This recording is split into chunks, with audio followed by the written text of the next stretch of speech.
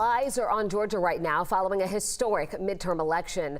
Of the four biggest races we were watching, three have now been called and one, well, it's heading to a runoff. Republicans winning the three top seats in the state.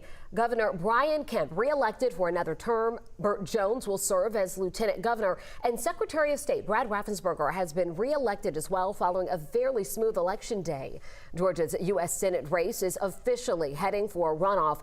Neither candidate receiving that 50% of the vote plus one vote by law, so it must go into a runoff. And this is really a crucial race here. Right now, the Senate is split 50-50, 48 Democrats and 48 Republicans. A Democratic victory in Pennsylvania means the close contests in Georgia, Nevada, and Arizona will decide which party takes or keeps control. We have team coverage tonight of the runoff's impact. Doug Richards has a Republican perspective of the race, but we begin tonight with Joe Hinkie live at the Capitol with the Democratic perspective. Jennifer, I talked with the leaders today of several left-leaning Get Out the Vote organizations. They tell me back in 2021, they successfully convinced enough voters to return to the polls to help Senators Jon Ossoff and Raphael Warnock win their runoff races then. They're hoping now they could repeat that success and send Warnock back to Washington. Do we need everyone to start making a plan to vote right now? Absolutely. And the voters are literally about to start hearing from us, like today. Less than a day after the general election, a coalition of Get Out the Vote organizations held a virtual press conference to discuss their strategy to re-elect Senator Raphael Warnock. One speaker said they are interested to see how undecided Senate races in other states shake out and how Herschel Walker is received by voters without any other Republicans on the ballot. It'll be interesting to see what happens in Arizona and Nevada. That will determine literally what happens, how the significance of Georgia. But I think that will be into play around how strong is Walker. There's a question around how strong will Walker be with standing on his own as a candidate. Until recently, Georgia Democrats had not performed well in U.S. Senate runoffs. In 1992 and 2008, Democrats lost after many voters skipped the runoff despite voting in the general election. But in 2021, Raphael Warnock and Jon Ossoff both won their runoffs. Democratic activists say the difference was recent work developing a successful outreach program targeting likely Democratic voters with calls, texts, emails, and door knocks.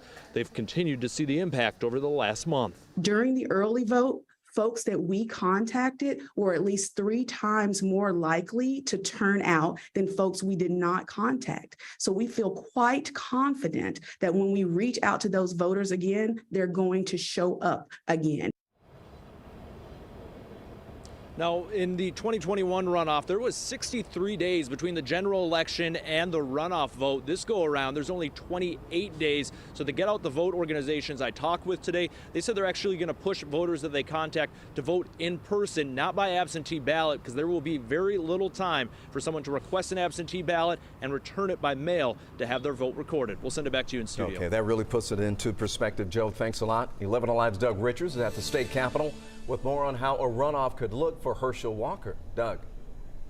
Well, there were 9 Republicans on the statewide ballot yesterday, and Herschel Walker got the fewest votes of all of them. But Walker does have some potential cards he can play as he faces Democrat Raphael Warnock in this upcoming runoff.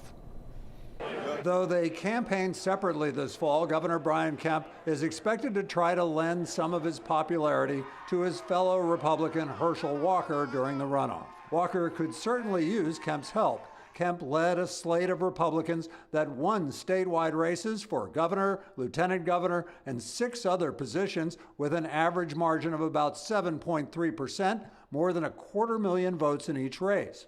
All those Republicans outpolled Walker, who lagged behind Warnock by less than a percentage point at about 34,000 votes. But I think a lot of Republicans like me are waking up this morning going, what could have been? What could have been if we would have picked a better candidate that could have won with a margin like Brian Kemp? Republican Lieutenant Governor Jeff Duncan was on CNN lamenting the runoff and the GOP candidate in it. Walker ran for the U.S. Senate because former President Donald Trump urged him to do it. The two have been friends for decades. Trump steered clear of the general election in Georgia, but could try to give Walker a runoff nudge. I think any runoff is going to be a nervous moment for both the candidates involved in the thing. Senate Republican leader Mike Dugan is a Walker backer who declined to weigh in on a Trump visit on Walker's behalf. But Duncan, who was critical of Trump's effort to overturn the presidential election, said Walker is better off without the former president. Look, I can't imagine anybody would think Donald Trump would be a tailwind to Herschel Walker's campaign in a runoff scenario. I can't imagine anybody doing that calculus, except for one person, and that would be Donald Trump. Duncan says that Georgia Republicans would have been better off if Trump had not gotten himself involved in the Republican U.S. Senate primary. Now the question is, how involved, if at all, will Trump get in the upcoming runoff? Live at the Capitol, Doug Richards, 11 Alive News. We just got to wait and see, Doug. Thanks a lot. And with such a tight race in the runoff, political experts say voter turnout could make or break the election for either political parties. Now, historically, runoff elections see significantly less turnout compared to general and primary elections. But in 2021, more than 4.4 million people went to the polls in the runoff between Warnock and his opponent, Kelly Loeffler. Now with party control of the U.S. Senate up for grabs once again, political experts say turnout could be higher this December.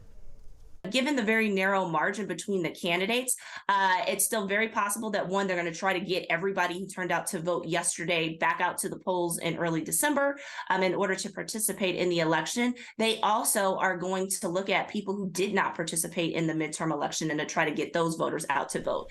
Dr. Gillespie also believes that the race for Senate is going to come down to who does a better job at getting their party to the polls.